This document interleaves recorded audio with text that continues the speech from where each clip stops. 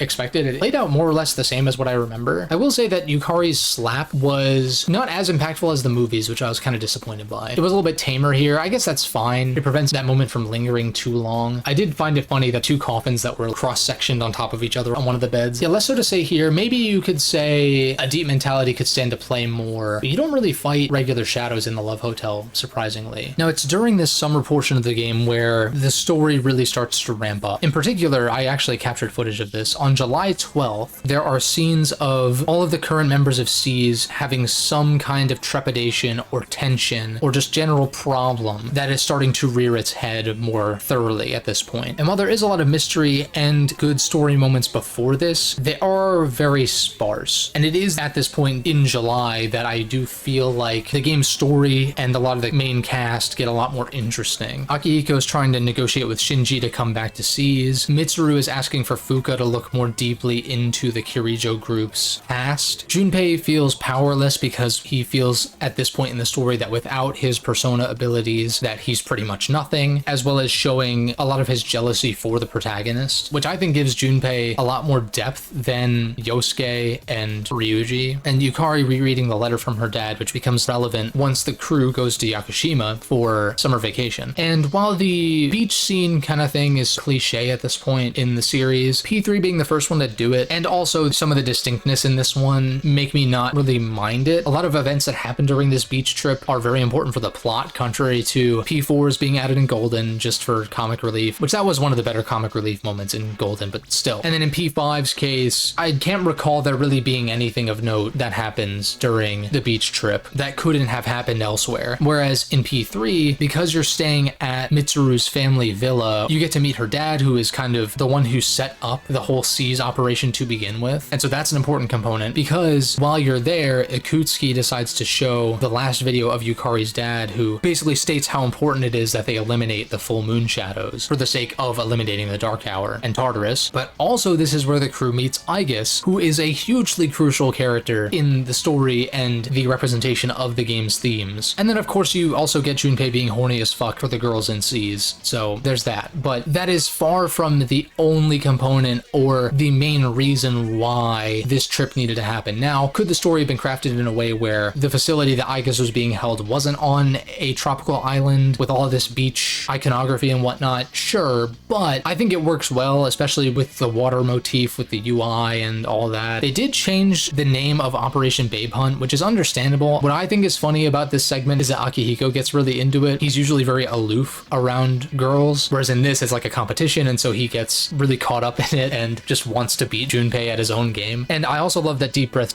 plays over it because it's like they're taking it seriously as if it was a life or death scenario like the monorail. And plus you just get to hear Deep Breath again, which is fantastic. Although I did anticipate Kashiwagi being the last person that they talked to, because that was in the Persona 3 movie where this scene takes place. And Kashiwagi, for those who don't know, is one of the teachers in P4. That just goes to show that they didn't really implement much from the movies, which is generally fine. I just kind of assumed that there was going to be more pulled from that. Now moving on to the underground bunker. This area was expanded. I remember it being more or less just a straight line in OG, whereas this time there are some branching paths. You don't really get much because it's a one-time location, so they can't really have anything major be locked off to you after that full moon, which is also a case for why these dungeons aren't really dungeons, since you only have the singular night to do them. If they were full-on dungeons, I feel like maybe it would get on people's nerves. I think it'd be kind of cool if they were a little more elaborated, but I'm not particularly butthurt that it's not the case. I've skipped over the bosses completely. So the priestess on the monorail, I was super nervous I was going to run out of time. I'm wondering now if that boss is crafted in that way on purpose. It is harder to whittle her down, I'm sure, on Merciless than the lower difficulty modes, but it is clear that the time limit does decrease significantly once you cross certain HP thresholds on her. So that was pretty exhilarating in that way. Emperor and Empress boss fights were pretty easy just because Fuka just identifies the weaknesses for you, and because these bosses actually have weaknesses. Hierophant and Lovers, I thought were pretty pretty enjoyable. Like, yeah, on Merciless, these bosses are starting to get kind of spongy at this point, but not a total cakewalk. Also not super